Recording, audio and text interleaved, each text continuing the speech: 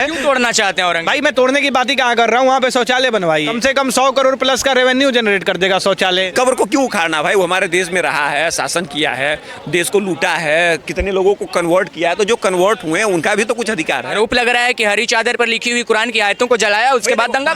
भावनाएं किसकी आहत होती है? मोहम्मद शामी की बेटी होली खेल ले तो भावनाएं आहत हो जाएंगी, डीजे बजा दें मस्जिद के आगे तो भावनाएं आहत हो जाएंगी, रामनवमी का जुलूस निकाल लें तो भावनाएं आहत हो जाएंगी, हनुमान चालीसा पढ़ लें तो भावनाएं आहत हो जाएंगी, ग्रीन कलर की जगह रेड कलर पहन ले तो भावनाएं आहत हो जाएंगी। तो भैया भावनाएं इतनी आहत होती है तो मैं तो सीधा बोलता हूँ भैया अटारी बॉर्डर नजदीक है, उधर कलकत्ता बॉर्डर नजदीक है, चलिए हम धक्का दे देते हैं, पाकिस्तान आपके बाप दादों ने लिया है, चले जाइए। गुंडागर्दी थोड़ी ना करना है बजरंग दल के नाम पे। तो असामाजिक तत्व बता रहे हैं वीएचपी को, बजरंग दल को कह रहे हैं इन्हीं लोगों ने हिंसा भड़काई है। पप्पू यादव जैसे चादर मोर लोगों की बात आप यहाँ पे ना कीजिए ना, वैसे लोग खुद गुंडे हैं वैसे लोग, उनके ऊपर कौन सा अच्छा कार्य किया उन्होंने, कई मुकदमे उनके ऊपर लगे हैं और वहाँ पे वो वीएचपी पे सवाल पैदा करेंगे, बजरंग दल पे पैदा करेंगे। भाई साहब वैसे नेताओं को अगर मेरा अगर घर होता ना और मेरे द्वार पे वोट मांगने आ जाते, जूता निकाल के मारता वैसे लोगों को मैं। भैया बीएचपी वालों ने प्रदर्शन किया, घर चले गए, घर किसका जला? हिंदुओं का जला है। अगर सबके घर में 4-5 लोग होते, अगर वो 50 लोग आए थे, आप 500 निकल के रोड पे आ गए होते तो मैं देख लेता कैसे आपके घर पे आग लगा देते। जहां भीड़ तंत्र है, जिसमें उनको मालूम है कि हम दंगा करेंगे, हमारा कुछ नहीं होगा। एग्जाम्पल के साथ समझाता हूँ, 90 में कश्मीर हुआ,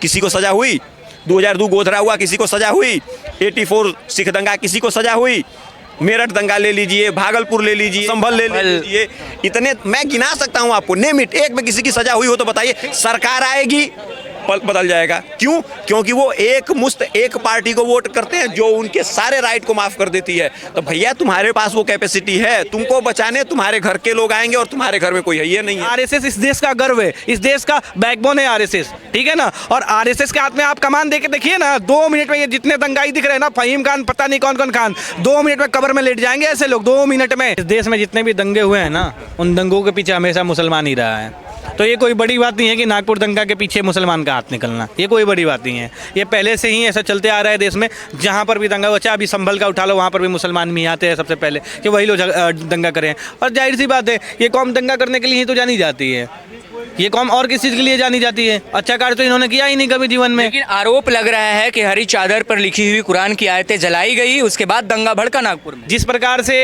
हिंदुओं की दुकानें जलाई जा रही थी, उसका जो सबूत है, उसी प्रकार से चादर जलाने का सबूत ये लोग दे दे तो हम मान जाएंगे। फिर अगर ऐसी बात है तो सबूत दिखा दे चादर जलाने का, ठीक है। और एक चीज़ बता रहे हैं, ये मामला आपको पता है कि औरंगजेब की कब्र से उठी है, कि औरंगजेब का कब्र जो है। क्यों तोड़ना चाहते हैं औरंगजेब? भाई मैं तोड़ने की बात ही कहाँ कर रहा हूँ, वहाँ पे शौचालय बनवाई है, कम से कम 100 करोड़ प्लस का रेवेन्यू जनरेट कर देगा शौचालय। वहाँ पे हम भी जाके यहाँ से एक बार तो जरूर मुतने जाएंगे, वहाँ पे एक बार जरूर जाएंगे। किसी की आस्था जुड़ी हुई है, आप वैसे करेंगे तो भावनाएं आहत होगी और दंगा भड़केगा। औरंगजेब जैसे आक्रांता देश के लिए कौन सा ऐसा अच्छा कार्य कर दिया है कि उससे भावनाएं जुड़ी हुई हो? वो आक्रांता भारत को लूटने का कार्य किया है, आज तक उसने एक कार्य अच्छा किया है? कोई भी बता दे हमको एक भी कार्य जो अच्छा किया है? कुछ नहीं किया है। तो ऐसे आक्रांताओं का कब्र इस देश में रखने की क्या जरूरत है? और रखे भी हो तो उस पर शौचालय बना दो। नहीं रखनी चाहिए, ठीक नहीं रखनी चाहिए, सही बात बोले। बस उसका जस्टिफिकेशन इस प्रकार से है कि जैसे अफगानिस्तान के कांधार में पृथ्वीराज चौहान की हड्डियां रखी गई थी,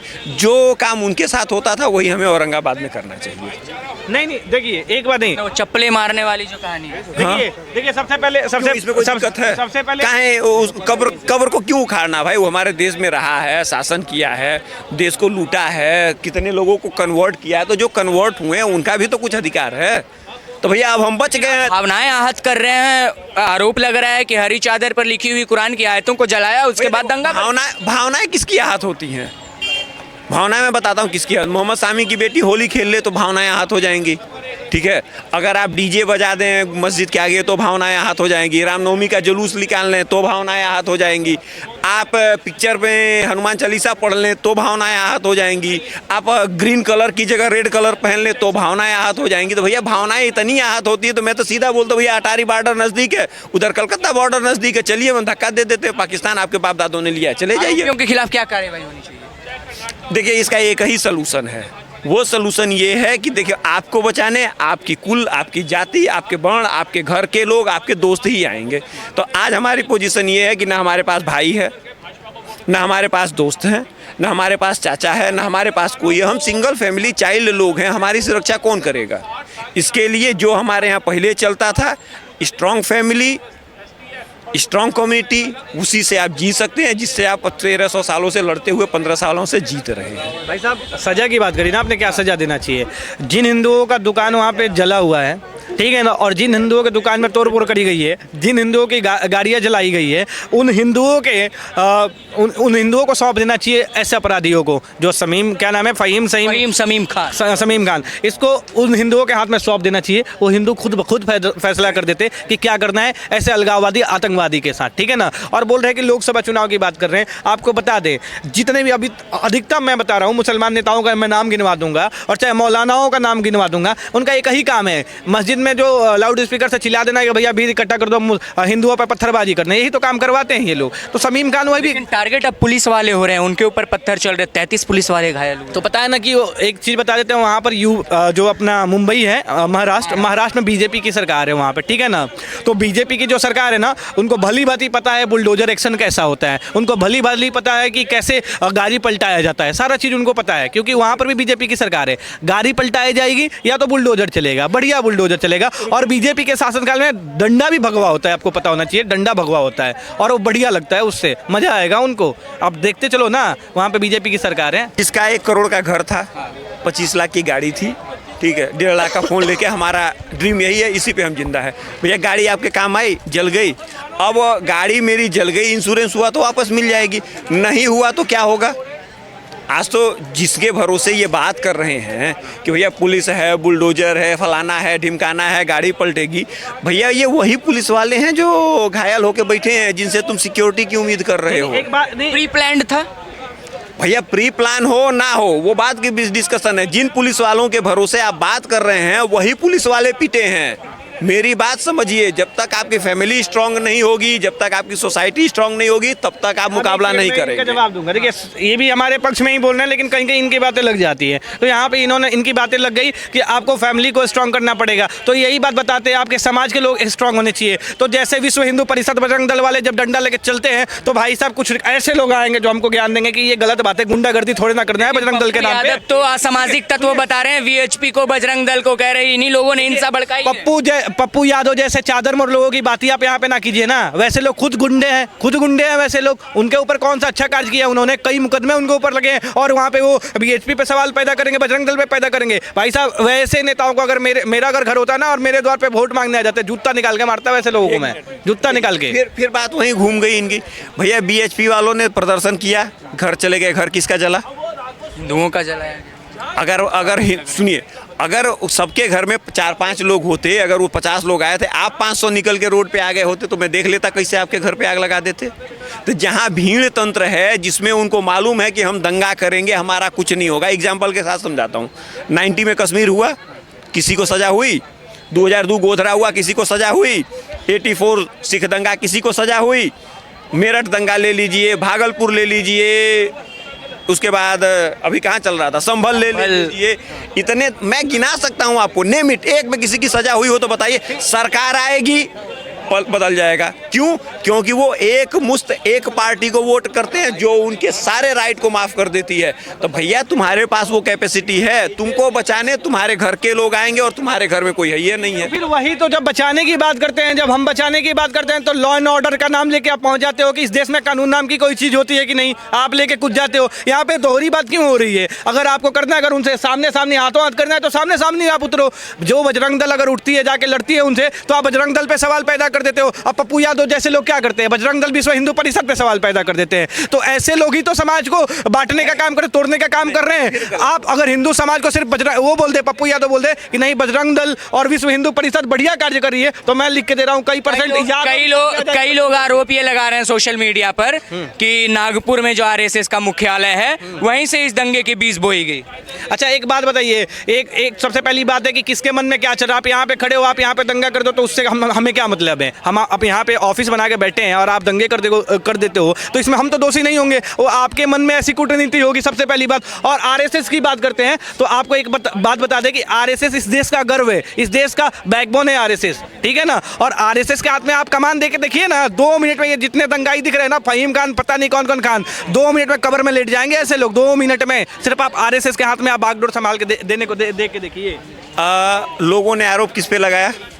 बजरंग दल, विश्व हिंदू परिषद।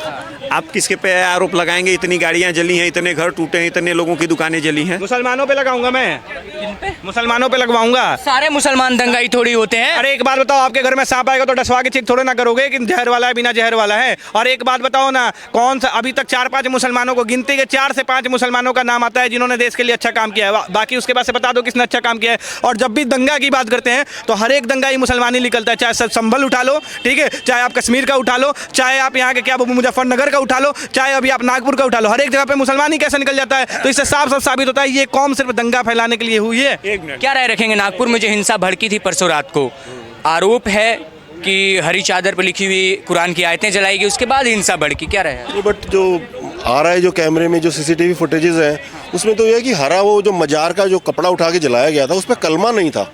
हाँ, ये ज़बरदस्ती का मतलब, अब देखिए वो तो कपड़ा जल गया तो अब ये कुछ भी झूठ बोल लें। और हमेशा से इनके द्वारा अधिकतर झूठ ही बोला जाता है। जैसे ये महाशय कह रहे थे कि 4-5 मुसलमान ही अच्छे, मतलब वो पब्लिक फिगर्स की बात कर रहे थे। ऐसा नहीं है, जो आम जनसंख्या में भी अच्छे लोग बिल्कुल होंगे। लेकिन देखिए, अब मैं क्या बोलूँ, किसी की जड़ पे प्रहार करना पड़ता है बुराई की। मैं मुस्लिम जो नवयुवक हैं उनसे आपके इस चैनल के माध्यम से ये मेरी प्रार्थना है, रिक्वेस्ट है। उर्दू में बोलूँ तो क्या बोलते हैं उर्दू में? हिंदी में बोल लीजिए। आग्रह है। हाँ, आग्रह तो बोल ही दिया, रिक्वेस्ट बोल दी।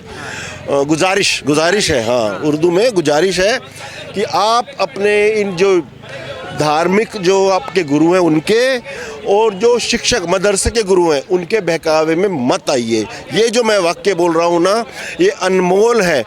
उनको अपनी इम्पोर्टेंस उनकी कम ना हो जाए, इसलिए वो आपको बहकाते हैं। जब तक आप देश के हिंदुओं को अपना नहीं समझेंगे, जब तक आप अपने दिल से ये भावना नहीं निकालेंगे कि हमें गजवाए हिंद करना है, कि हमें पूरे हिंदुस्तान पर इस्लामिक राज लाना है, जब तक इस चीज़ को नहीं निकालेंगे, और जब तक आप एक आम हिंदू को अपना नहीं मानेंगे, अपने मन से परायेपन का भाव नहीं निकालेंगे, और जब तक आप ये सोचना शुरू नहीं करेंगे कि आपकी 3-4 पीढ़ी पहले दादा परदादा या परनाना नाना वो हिंदू ही थे, जो कि तलवार के जोर पे या बलात्कार के जोर पे जो है उनको इस्लामिक धर्म जो है मानने पर मजबूर किया गया था। जान सबको प्यारी होती है, मैं ये नहीं कहता वो कायर थे। जब सामने तलवार हो तो बहुत लोग जो है ऐसे धर्म परिवर्तन कर लेते हैं। तो अब तो ऐसा कुछ नहीं है, अब हिंदुस्तान में लोकतंत्र है। मैं तो ये कहूँगा, अपने किसी भी धर्मगुरु या धार्मिक शिक्षक, लेकिन मास्टरमाइंड फहीम समीम खान निकला है इस हिंसा का, इस दंगे का, जो कि 2024 में लोकसभा का चुनाव भी लड़ चुका है नितिन गडकरी के खिलाफ वहाँ। हाँ, तो उससे क्या होता है? चुनाव लड़ चुका है तो अगर कोई चुनाव लड़ेगा तो वो अच्छा आदमी है, ज़रूरी है। अब जैसे फ़हीम खान है, मैंने उसका फ़ोटो देखा था। फ़हीम खान जो है वो कोई ज़्यादा बड़ी उम्र उसकी भी नहीं है। मैं फ़हीम खान जी से भी बोलूँगा कि आप सोचिए आप क्या कर रहे हो, आप अपने पैर पे कुल्हाड़ी मार रहे हो। अगर आप इस्लामिक, चलिए ठीक है, सारी आपके षड्यंत्र जो है ना वो सक्सेसफुल हो जाते हैं। आप जो है इन पर कब्जा कर लेते हो, हिंदुओं को मुस्लिम बना देते हो या इस्लामिक राज ले आते हो। मेरा कहने का मतलब ये है, उसके बाद क्या होगा? पाकिस्तान में क्या हो रहा है? बांग्लादेश कैसे बर्बाद हुए पड़े हैं। जो बांग्लादेश में एक उदारवादी प्रधानमंत्री आई जिसने बांग्लादेश को इतना आगे बढ़ा दिया कि उसने कॉटन इंडस्ट्री में हिंदुस्तान को पीछे छोड़ दिया। एक बात आपसे बोलूंगा, आपने एक चीज गलत बोला, आपने फ़हीम खान जी बोला। ऐसे चूतियों को जी नहीं बोला जाता। उसका कुछ कारण है, इनको आपने पूरी हमारी वो नहीं सुनी ना, क्यों मैंने बोला इनको पता है। तो सीधी सी बात यह है, इस्लामिक शासन ला के आप कर क्या लोगे? इस्लामिक शासन लाके आप कर क्या लोगे? लेकिन जो हिंदू संगठन औरंगजेब की कब्र तोड़ने पर तुले हुए हैं, क्या जरूरत है कब्र तोड़ने की? हिंसा नहीं बढ़ेगी। वाह, क्या बात, कैसी बात कर दी आपने।